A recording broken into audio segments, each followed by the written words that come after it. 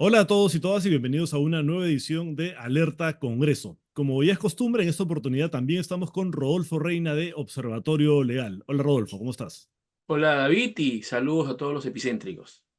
¿Qué tal Rodolfo? Mira, justamente hemos estado comentando fuera de cámara esta suerte de buquelización que hay de la política peruana, ¿no? Proyectos de ley que se están presentando desde diversas bancadas pidiendo endurecimiento de penas. Se está pidiendo, por ejemplo, que se reabra el frontón, por un lado.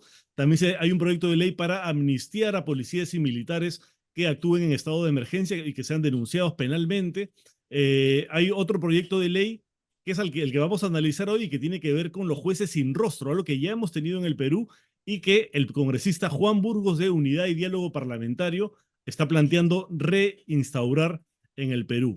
Lo que dice el proyecto de ley es que de aprobarse esta norma, estos magistrados podrían investigar, juzgar y acusar a organizaciones criminales de alta peligrosidad sin que se conozca su identidad. Dice textualmente, la identidad de los magistrados y fiscales que intervienen en la investigación, juzgamiento y sanción de imputados por los delitos de crimen organizado es secreta y se preserva de acuerdo al procedimiento establecido por el Poder Judicial. Bueno, la justificación del proyecto es el crimen organizado, que ya se salió de control y que hay que ver una manera de combatirlo y que muchos jueces o fiscales son amenazados por estas organizaciones y que es mejor protegerles el rostro, proteger sus identidades para evitar que sean víctimas de un atentado. Y como mencionaba inicialmente, eso es parte de la buquelización del Perú, ¿no? Porque el autor del proyecto argumenta además que recientemente en El Salvador el presidente Nayib Bukele utilizó jueces sin rostro para enfrentar a las pandillas de ese país y trata de traer al Perú ese modelo. Además está el antecedente durante el Fujimorato, ¿no? Porque esta medida que fue aplicada por Alberto Fujimori se utilizó para combatir al terrorismo, para juzgar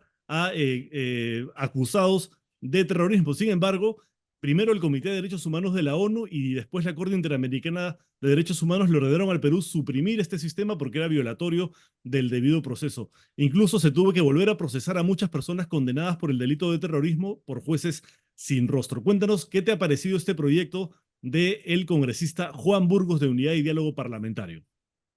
Bueno, como tú has referido, eh, yo creo que este proyecto de ley evidencia o pone de manifiesto que nuestra clase política, tanto en el gobierno como como en el Parlamento, no tienen claro qué hacer frente al problema de inseguridad ciudadana, ¿no? Y sobre todo ante el incremento del crimen organizado en el país. Eso creo que es la primera constatación, no tienen claro. Entonces, plantean una serie de propuestas aisladas que no responden a un plan integral de luchar seriamente contra el crimen organizado.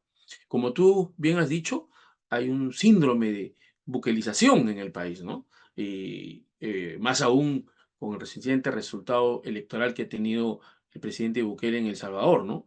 Pues fue abrumador. Entonces, ahí creo que un sector de la clase política que cree que y replicando las medidas que pueden haberse aplicado en El Salvador sin tomar en consideración las particularidades de la situación peruana, puede traerle un rédito político y pueden reposicionarse en la opinión pública. Pero creo yo que ese va a ser un intento fallido. Y como tú bien has dicho, hay varias propuestas de manera aislada que apuntan a replicar, digamos, el modelo Bukele en el Perú. Inclusive inicialmente el gobierno se habló de un plan Boluarte, ¿no es cierto? Que al último fue desmentido y no existía por lo menos ninguna idea de qué hacer de manera nítida frente al problema del crimen organizado. Por ejemplo, se optó acá por la declaratoria de emergencia, ¿no es cierto? Dentro de esta buquelización del quehacer político en el país frente a la inseguridad ciudadana, se habló de declaratorias de emergencia, que es de emergencia donde están participando efectivamente las Fuerzas Armadas en apoyo a la Policía Nacional. Si bien es cierto, no llegan al nivel de que asuman el control interno, que nuestra regulación lo permite en situaciones excepcionales, cuando el problema del orden interno se desborda a las fuerzas policiales, puede asumir el control las Fuerzas Armadas. Sin duda, no lo han hecho porque también entiendo que a raíz de las contingencias legales que han ocurrido con la represión de las protestas sociales de diciembre del año 2022 y enero de 2023, creo que las Fuerzas Armadas tampoco están muy entusiasmadas de querer asumir el control interno ante un desborde de la inseguridad ciudadana. Por otro lado, no olvidemos que también hay propuestas para calificar las actividades de las organizaciones criminales como terrorismo urbano, como una forma de endurecer la legislación. y porque ha ocurrido también en El Salvador, en Ecuador recientemente lo están calificando también como actos terroristas. Sin duda también esto forma parte de esta buquelización de la lucha contra la inseguridad ciudadana en el Perú. Luego también está este decreto legislativo que se dio en el marco de la legislación delegada que se otorgó por el Parlamento, que es el tema de restablecer las facultades de investigación que tiene el PNP, que tiene la Policía Nacional del Perú, un poco en desmedro de la conducción que hace el Ministerio Público por mandato constitucional. Eso será materia de toda una discusión, porque inclusive en el Ministerio Público están evaluando estos cambios legislativos, pero que van dentro de la perspectiva de endurecer o buquelizar la lucha contra la inseguridad ciudadana en el país. Luego también, detrás de toda esta propuesta está en realidad un tema de fondo, que es libertad versus seguridad. Creo que hay un tema ahí concreto y que obviamente muchas veces ante la situación dramática de desborde del crimen organizado en el país, sin duda la gente está prefiriendo la seguridad antes que la libertad. Está planteando un nuevo concepto de democracia que busque una eficiencia, y esa eficiencia a veces Ujú. significa un sacrificio de la libertad y puede dar un contexto favorable para instaurar regímenes autoritarios. Es un riesgo que se puede correr en el Como ha país. pasado en El Salvador, ¿no? Porque, digamos, el éxito de Bukele tiene justamente que ver con el control de las pandillas, haber reducido la tasa de criminalidad básicamente a cero, la tasa de homicidios, por ejemplo, ahora es una de las más bajas de la región, después de haber sido una de las peores del mundo, pero el costo ha sido altísimo, ¿no? Ha habido violaciones de derechos humanos y además ha concentrado una cantidad de poder el presidente Bukele que ahora es básicamente tiene el poder absoluto. Es más, se ha reelegido utilizando una interpretación auténtica al estilo Fujimori, porque ese es uno de los riesgos a los que nos lleva, digamos, justamente darle énfasis a la seguridad por encima de otros derechos o libertades. Pero la gente a veces está dispuesta a sacrificar estos derechos con tal de poder vivir tranquila, ¿no? Sobre todo cuando hay una ola de criminalidad tan grave como la que ha habido en El Salvador y como la que está empezando a haber en el Perú, que cada vez está más incontrolable. Claro, eso es el riesgo que es consecuencia de la mala gestión de nuestra clase política en nuestros últimos años, ¿no? Que ha permitido que no haya políticas públicas adecuadas para frenar la inseguridad ciudadana en el país. Frente a eso, a que la ciudadanía, y ante la insatisfacción de las gestiones gubernamentales, está dispuesta a sacrificar su libertad a cambio de seguridad. Y eso trae riesgos grandes, como tú dices, ¿no? El que pueda instalarse gobiernos autoritarios y que se pueda incorporar al, a la opinión ciudadana un Ujú. concepto nuevo de democracia eficiente, que sacrifique libertades. Y eso es un poco peligroso. En el caso particular del Perú, hay un elemento adicional que también hay que tener en cuenta. Hay una crisis institucional en el Ministerio de Interior, que todos somos testigos. Ujú. Inclusive el Parlamento hoy está planteando una moción de interpelación contra el ministro del Interior, porque hay una crisis institucional que en nada favorece una adecuada lucha contra la inseguridad ciudadana, porque el responsable político del sector que implementa las políticas contra la inseguridad ciudadana está seriamente cuestionado. Estamos viendo a un excomandante general de la policía que está denunciando presiones o presiones políticas para la conducción de la Policía Nacional del Perú en cargos estratégicos. Esto sin duda evidencia una crisis institucional y una falta de liderazgo en el Ministerio del Interior que el gobierno debería corregir reemplazando a ese ministro de Interior y uno que tenga una mayor legitimidad para asumir el reto de enfrentar la inseguridad ciudadana en el país.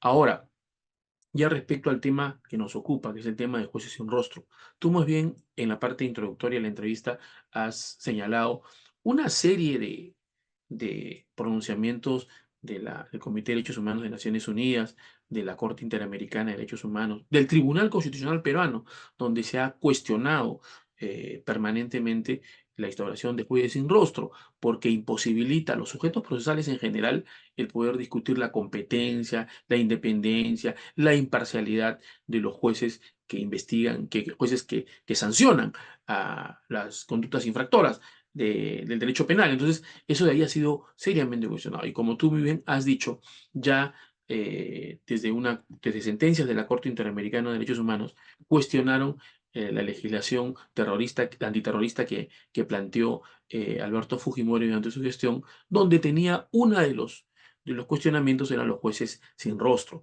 Y sin duda también otro tipo de, de regulación procesal excepcional se aprobó para luchar contra el terrorismo, que no establecían las garantías mínimas judiciales. Y es por eso que se cuestionó y se hicieron cambios respecto a ello.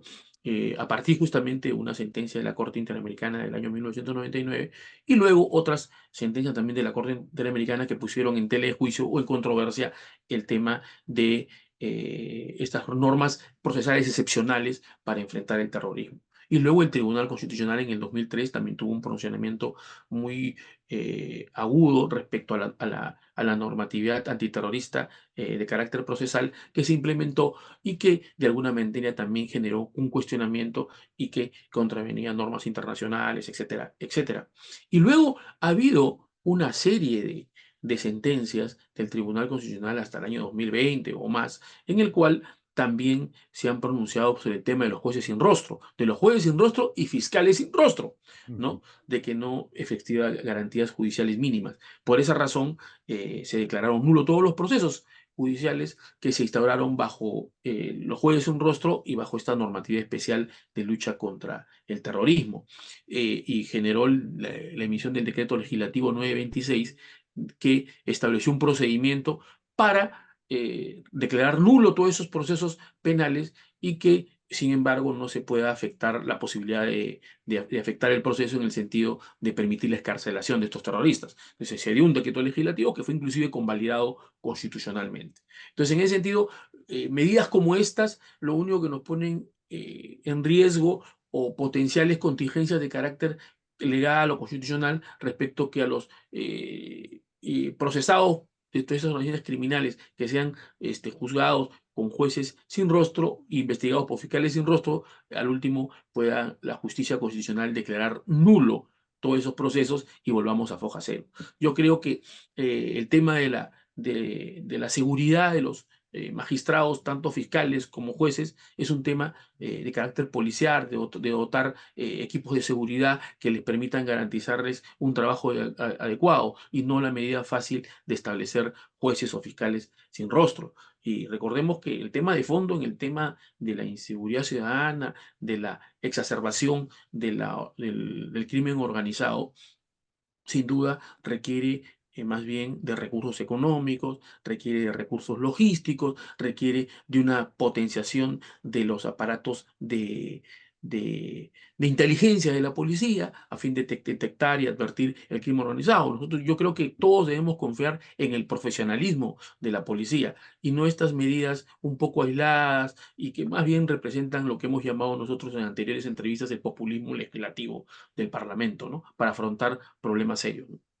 Totalmente de acuerdo, Rodolfo. Se trata de una medida totalmente populista que además pretende devolvernos a una situación en la que ya hemos estado y que terminó además con la anulación de todos los procesos que se tuvieron que volver a hacer. Entonces, regresar a eso me parece un absoluto despropósito, pero es parte de esta buquelización de la que hablábamos, porque en este momento de desborde de la criminalidad es popular hacer este tipo de propuestas, cuando lo que se debería hacer es justamente combatir la delincuencia de manera efectiva y a la criminalidad organizada con inteligencia policial, pero ya vemos que el Ministerio del Interior es en este momento un caos, ¿no? Donde nadie ata ni desata y como consecuencia de eso estamos con este problema de inseguridad terrible. La solución no es de ninguna manera establecer tribunales sin rostro como tuvimos en la época de los 90. Muchas gracias, Rodolfo, por tu comentario.